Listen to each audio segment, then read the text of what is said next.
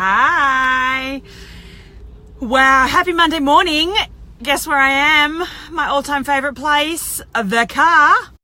If you follow any of my Insta stories, you'll know that this is almost like a second home or a second office for me.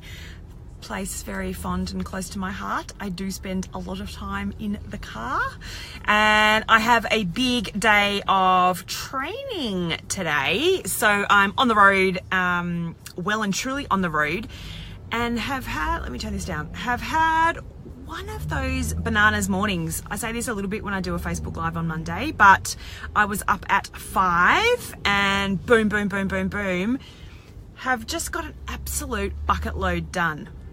Which almost makes me feel like I need a nap, but I can't because I've got a huge day. But I also feel like I've already started the week off right, which is a bit exciting, and it's something that I wanted to talk to you about this morning. However, first things first, I just did a little Instagram story series about a question that I've been getting in the last few weeks. That there's a new piece of jewellery on my finger, so you must have got married whilst you were in Queensland. Is literally what I've been asked maybe 3 or 4 times since I've been back from holidays.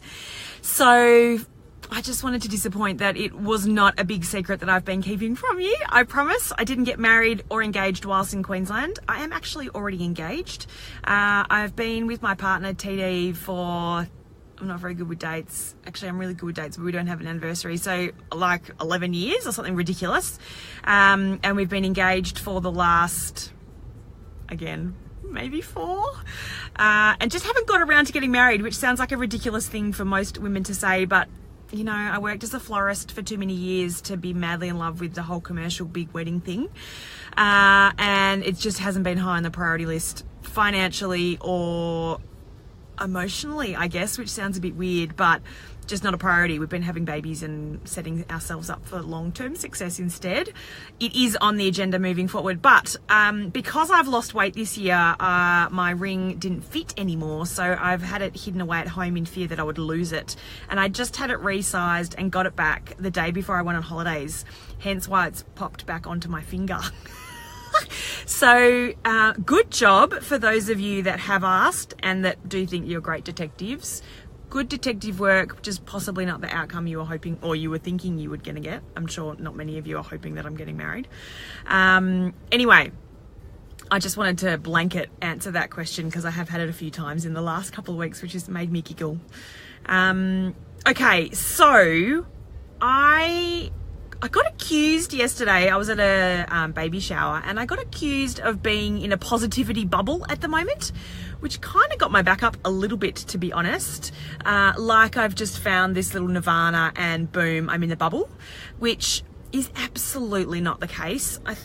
Like it kind of makes me giggle even saying that out loud, but I've been working my ass off in the personal development space, getting really clear on what I want to do and who I am and what makes me happy and all that kind of jazz.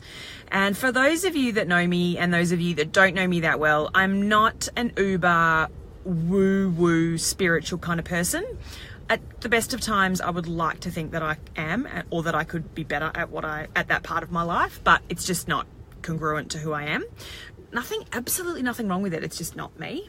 But I have been on this path to self-discovery. And as someone said to me yesterday, you've just popped into this positivity bubble, which I just think is a bit ridiculous because I haven't popped into it. I've been working my way into this space and I am taking advantage of it now that I'm here and I've found my feet and feel ridiculously good. Anyway, what I wanted to talk about this morning were trigger goals, and I'm talking about the positive triggers rather than the negative triggers. Now, I find building regular exercise into my schedule to be freaking impossible. I can get up and bake biscuits all morning, every morning if you ask me to, but getting up and going for a walk is like asking me to chop off my legs. I find it really hard. So I have done lots of work and lots of research and lots of thinking about what would help me inject some exercise into my life, and one of those things is around trigger goals. Now, the first thing I do when my alarm goes off in the morning is I go, I can't possibly go for a walk because I don't know where my shoes are, or I don't know where my exercise pants are, or my headphones, I've left them downstairs, it's all too hard, forget it, I'll do it tomorrow and I'll start tomorrow. And evidently, here we are 27 million years later and I still haven't started. So I've started putting things in place that set me up for success. Now, these are not woo-woo, fancy pants routines or anything. They're just teeny tiny little things that help me take that baby step and get me started on whatever my task is. Now, exercise is absolutely one of them. So before I go to bed at night, I now have this random little pile of things in the corner, which is my gear, my shoes and my socks and my headphones, a drink bottle, all that jazz is ready to go. So that when that little excuse pops into my mind and I go, oh, all too hard, I'll just do it tomorrow, the other half of my brain pops in and goes, no, you sorted yourself out last night, get your ass out of bed. And boom, I have been. Not every day, but baby steps forward, right? The other really big thing that I've done this week, which I talked about on Instagram yesterday, which a few of you were a little bit outraged by, which I thought I would just bring up here again because I think it's really funny. It's a really good social experiment. Is this week is huge for me, like freaking massive. And I'm probably running late. No, I'm not running late yet. I've got heaps and heaps and heaps on, not a lot of which I can talk about just yet, but watch this space, it's coming. But I needed outfits for during the day and night most of this week, which I'm not a fashionista, and that made me feel a little bit uncomfortable. And if I thought about this week in advance, what I was going to wear was kind of freaking me out. And those of you that are with me this week, you will totally understand where I'm coming from. So something I put in place to help me and to ensure that I'm not freaking out about something as ridiculous as my wardrobe. I'm not a really vain kind of person, and I'm not a really big fashion person either, but I just needed to get my shit together and get organized. So what I shared on my Instagram stories yesterday was I've mapped out my outfits for each day and each night this week. Yep. Taking my OCD and my organization to a whole new level. However, it's kind of like a trigger goal for me, because now when I woke up this morning, I did my exercise and I got my work stuff done and all the rest of it. I had a client call randomly at 7 this morning, which actually was really good at that hour. So if you ever need any coaching first thing in the morning, I might be your girl. But, and then when I came to get myself ready, I was like, oh, boom, this is going to be easy peasy lemon squeezy because I've already sorted out what I'm going to wear. And I left the house feeling like the bomb. Like I do absolutely have my shit together. And part of that was not having to make those morning decisions. And Steve Jobs and Richard Branson and even Tony Robbins, lots of the big names talk about this sort of stuff. And they go down the path of wearing the same outfit every single day. You know, you will literally see Steve Jobs, or you would have seen Steve Jobs in all of his media in exactly the same skivvy, in exactly the same jeans, and exactly the same runners, which is not really my style. It doesn't make me feel good. It doesn't prime me right for the day. So wearing the same uniform every day was not my thing. However, mapping my outfits out, did phenomenal things for my self-confidence and for my organization and my OCD and my anxiety this week. I'm not a highly anxious person, but a few of these little things do sometimes hit me for six. So I literally just mapped out what I was going to wear, what accessories and the pair of shoes or whatever it was that I was going to wear, and I took a photo of it. And I can't tell you how good I feel about that part of my life this week.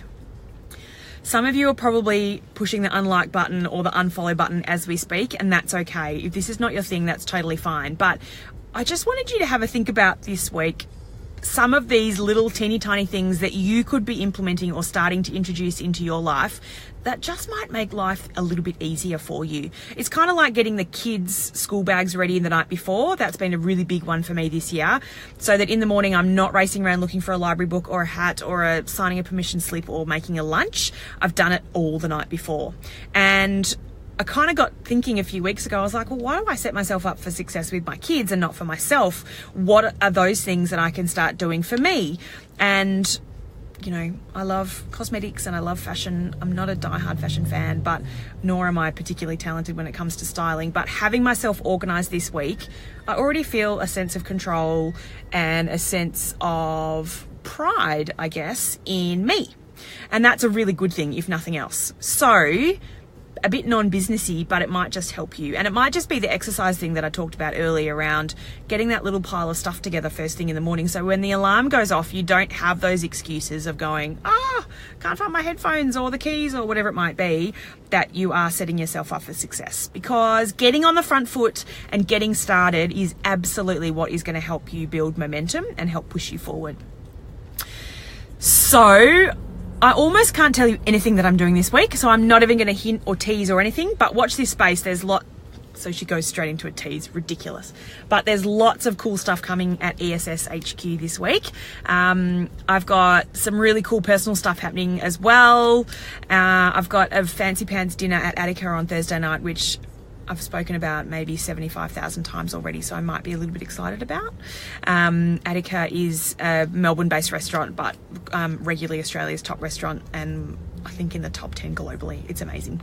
You have to wait a billion years to get in, and we've been lucky enough. We're going with a beautiful group of friends. And I'm going to the Digital Picnic's 3rd birthday on Wednesday night. I'm not even going to bother spruiking that event because I think it's already sold out, but check it out. I'm really looking forward to that bunch of people. Awesome group, and lots of other cool stuff going on. So I hope your 80-day plan from last week is going okay. If you didn't watch my video last week, I hint that there's this thing called Christmas on the horizon, so get your shit together. And don't get your shit together in the middle of November. Get your shit together now. And I gave you a couple of tools and hints to do that. And then today, trigger goals. So what can you start to put into place that will set you up for success? Not huge multi-million-dollar success, just teeny tiny little things that will help propel you forward and help you feel like you're a bit more in control, or you've planned, or you've looked after yourself a little bit. I think that's all. Have a cracker of a week. I'm around. You might see me on social media. My Instagram stories will be going ping bananas. And by all means, shoot me any questions, comment below. I'd love to hear from you. If you're already using trigger goals, let me know. I've still got lots to learn, so tell me what works for you and I'll steal them all and share them with everybody. And then if you think I'm completely bananas for sharing what I shared today in relation to my wardrobe, don't judge. We're all human. I'm doing the best I can. And it's just a teeny tiny little thing that has already helped me this week feel like I've got my shit together. So if nothing else, yay me, high five. Have a cracker. Lots of love. Talk soon. Bye.